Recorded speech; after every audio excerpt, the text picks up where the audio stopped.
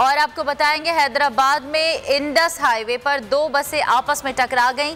हादसे में ड्राइवर समेत 2 अफराद जाँ बहक हुए हैं और 21 अफराद जख्मी हुए हैं। रेस्क्यू हुक्काम के मुताबिक जख्मी होने वालों में खवातीन बच्चे भी शामिल हैं जिन्हें अस्पताल मुंतकिल कर दिया गया है। पुलिस का कहना है कि मुसाफिर बस बेनज़ीर की बरसी में शिरकत के बाद कराची आ रही थी। मुखालिफ समत से आने वाली बस कराची से सहवन जा रही थी। आपको खबर दे रहे हैं हादसे के हवाले से। हैदराबाद के करीब इंडस हाईवे पर 2 बसें आपस में टकरा गईं।